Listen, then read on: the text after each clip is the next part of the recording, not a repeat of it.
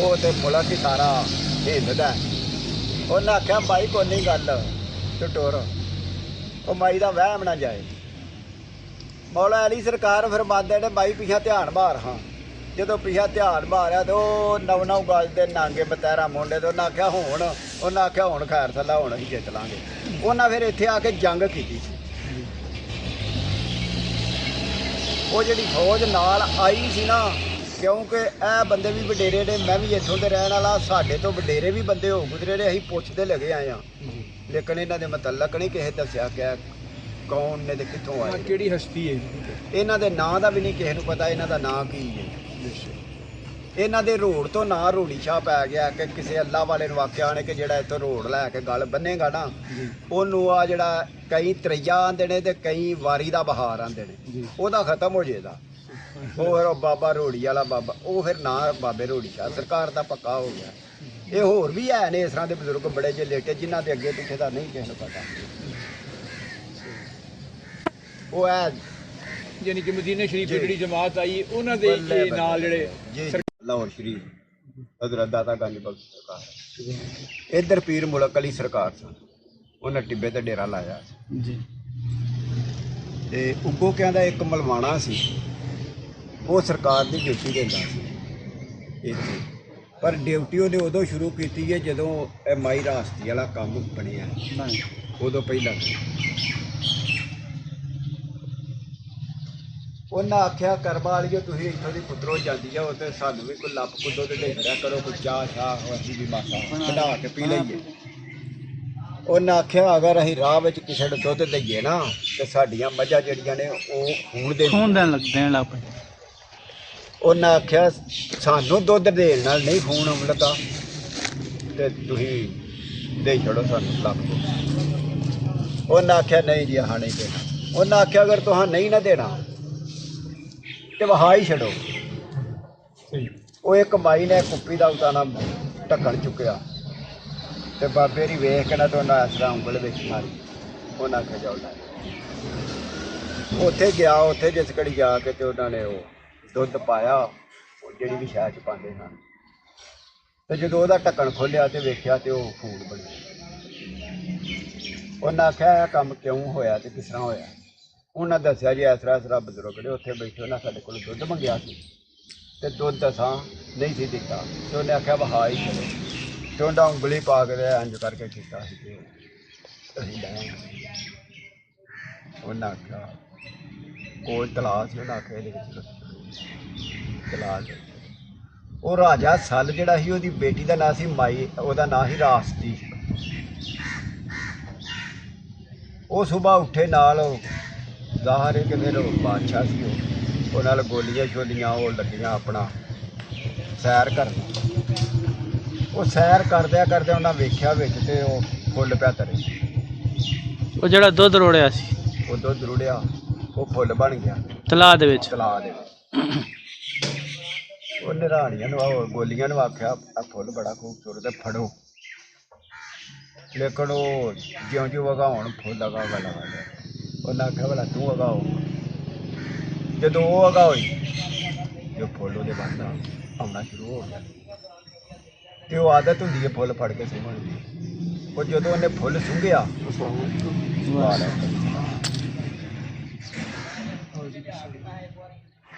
वो फुल सुंघण दे नाल वो रूह जिहड़ी सी ना पीर मुरादीए दी वो दाखल हो गई। जो काम ज़ाहिर होने आया तो राजे ने अपनी बीवी ने पूछा ये काम की होया। उन्हें आख्या राजा मैं इस गल का ध्यान देनी हाँ, जो मर्जी कर ला, इत्थे बगाना बंदा आया ही कोई। उन्हें आख्या फिर इस तरह करो इनू कतल कर।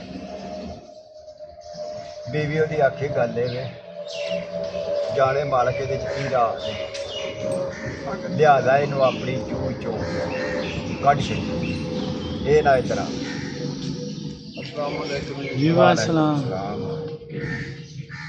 वो लाहौर के नेड़े कि छड्ड के माई हरा प्यापी आवे। माई हरा कोई अपना किसी को कोई घोड़ा मंगना रोटी बच्ची कोई अपना गुजारा करना टाइम आ गया। अल्लाह की रात पाक ने मेहरबानी ਉਹ ਦੁਆ ਕਰਦੀ ਹੈ ਕਿ ਯਾ ਬੜੀ ਤਾਲਾ ਤੂੰ ਹੀ ਵਾਰਸ ਤੇ ਮੈਂ ਤੇ ਇਹਦੇ ਮੁਤਲਕ ਕੁਝ ਨਹੀਂ ਕਰ ਸਕਦੀ। ਉਦੋਂ ਹਜ਼ਰਤ ਦਾਤਾ ਗੰਜ ਬਖਸ਼ ਸਰਕਾਰ ਜਿਹੜੇ ਸਨ ਉਹ ਮੌਜੂਦ ਸਨ। ਇੱਥੇ ਇੱਧਰ ਆ ਜਾਓ ਬਜ਼ੁਰਗ। ਬਾਬਾ ਜੀ ਇੱਧਰ ਅੱਗੇ ਆ ਉਹਨਾਂ ਜਾਓ। ਉੱਥੇ ਹੀ ਬਹਿਣਾ ਅੱਛਾ ਅੱਛਾ। ਤੁਸੀਂ ਉਡਾ ਜਾਓ। ਉਹ ਜਿਸ ਘੜੀ ਇਹ ਗੱਲ ਹੋਈ ਤੇ ਉਹਨਾਂ ਦਾ ਉਧਰ ਚੱਕਰ ਲੱਗਾ, ਉਹਨਾਂ ਨੇ ਵੇਖਿਆ, ਉਹਦਾ ਆਖਿਆ ਤੂੰ ਬੇਟਾ ਮੇਰੇ ਕੋਲ ਉੱਥੇ ਆ ਜਾ, ਲੰਗਰ ਵੀ ਲੱਭੇਗਾ ਤੇ ਆਪਣੀ ਮਰਜ਼ੀ ਨਾਲ ਜਿਹੜਾ ਕੋਈ ਕੰਮ ਕਰਨਾ ਹੈ ਕਰੀ ਤੇ ਲੰਗਰ ਦੀ ਪਰੇਸ਼ਾਨੀ ਨਹੀਂ ਰਹਿਣੀ। ਮਿਹਰਬਾਨੀ। ਆ ਤੁਸੀਂ ਵੀ ਰੱਖ ਚਲੋ ਉੱਥੇ ਉਹ ਆਪਣਾ ਜਿਸ ਘੜੀ ਇਹ ਕੰਮ ਸ਼ਾਮ ਹੋਣ ਲੱਗ ਪਏ ਕਰਨ ਕੁਰਨ, ਉਹ ਫਿਰ ਜ਼ਾਹਰ ਹੈ ਲੰਗਰ ਤੇ ਫਿਰ ਦਾਤਾ ਸਾਹਿਬ ਦਾ ਹੀ ਉੱਥੇ ਜਿਹੜਾ ਹੁੰਦਾ ਸੀ ਉਹ ਤਕਸੀਮ ਹੁੰਦਾ ਸੀ। ਬੱਚਾ ਵੀ ਉੱਥੇ ਪਰਵਰਿਸ਼ ਪਾਈ।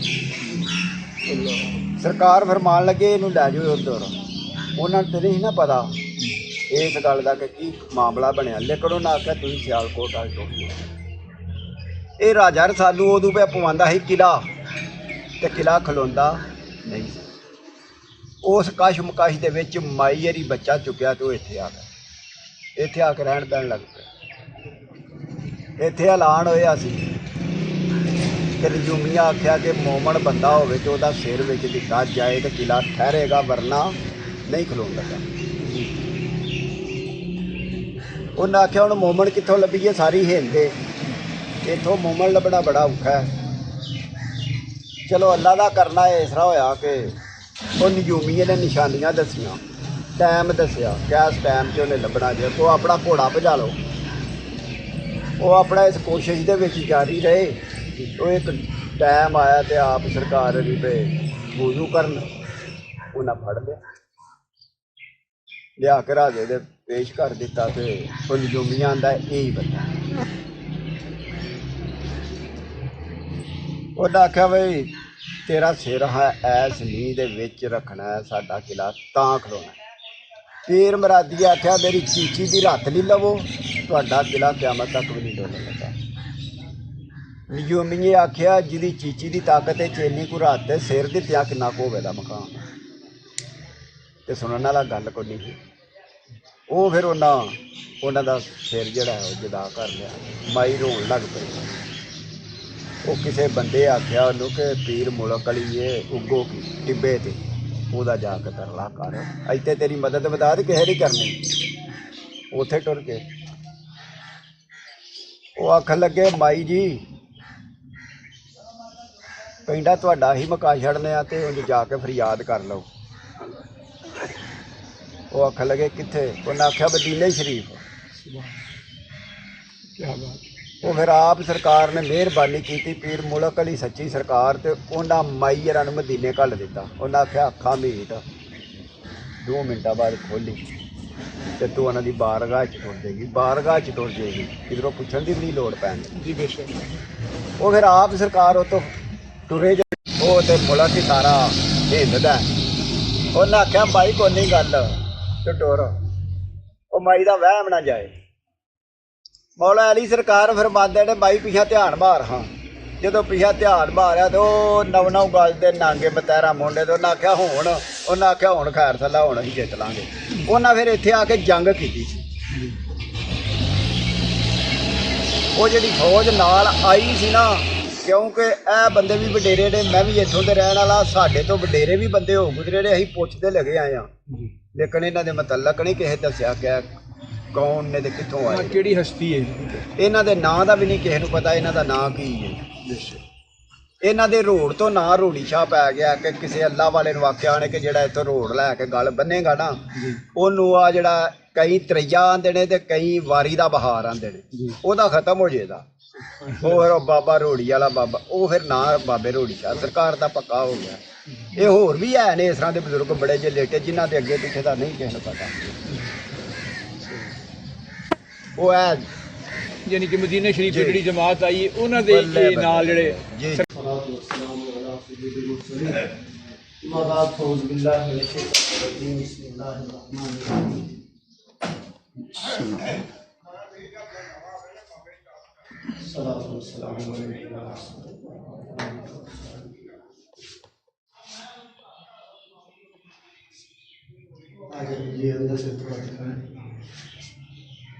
یہ جی بزرگ ہیں، ان کا مزار ہم سفر کر رہے تھے، یہ وزیر آباد سے دسکا کی طرف جا رہے تھے، تو راستے میں یہ آستانہ میں نظر آیا اور حضرت پیر بابا روڑی شاہ سرکار، تو ہم نے یہاں پہ سلام کیا ہے، حاضری دی اور یہ میلاد بنایا گیا۔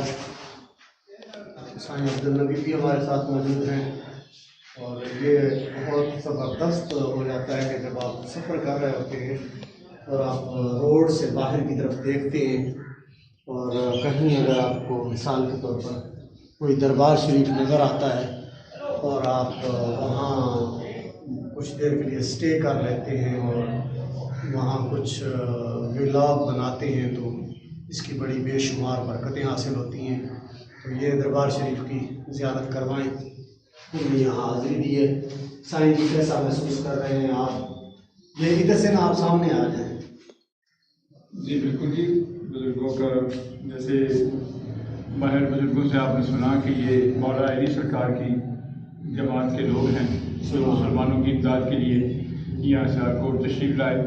آپ کو کافی معلومات ملی ہیں سیالکوٹ کی سرزمین سے کہ یہاں عرب سے کافی اسلام کی تبلیغ کے لیے جہاں بزرگان دین تشریف لائے اور اللہ اور اس کے رسول کی بتائی ہوئی باتیں لوگوں کو تبلیغ بھی کی اور ان کی ہر معاملے میں کفر کے ساتھ مقابلے میں برابر کے ان کے ساتھ شریک ہوئے، اور اللہ تبارک و تعالیٰ نے کفر کو شکست دی اور مسلمانوں کو کامیابی سے ہمکنار کرایا، اور آج اس سرزمین پر سیالکوٹ کو بزرگوں کی سرزمین کہا گیا ہے۔ یہ آستانہ عالیہ جی کنڈن سیان شریف، آستانہ عالیہ کنڈن سیان شریف، یہ ہم ان بزرگوں کی بارگاہ میں حاضر ہیں، اور یہ مطلب ولاگ الحمدللہ مکمل ہو چکا ہے۔ یعنی ان بزرگوں نے انہوں نے قصہ پنجابی میں بیان کیا، لیکن انہوں نے ساری وضاحت کی ہے، اور وہ یہی کہہ رہے ہیں کہ ہمارے بزرگوں نے بھی کہا کہ ہم نے اپنے بزرگوں سے سنا تھا کہ یہ مولا علی علیہ السلام کی جماعت کی شخصیت تھی جو مختلف علاقوں میں آئے، اور ان میں سے یہ ایک ہستی ہیں، اور یہ ان کی ہم مزار انور کے اوپر حاضر ہیں۔ تو میں یہی بات دہراؤں گا اپنی کہ ملو اللہ والوں سے، ملواؤ اللہ والوں سے، اللہ تبارک و تعالیٰ ہم سب کو بھی اور آپ سب کو بھی دونوں جہان کی بھلائیاں نصیب فرمائے۔ اجازت دیجیے، انشاءاللہ ملاقات ہوگی اگلے ولاگ کے اندر۔ السلام علیکم ورحمۃ اللہ وبرکاتہ۔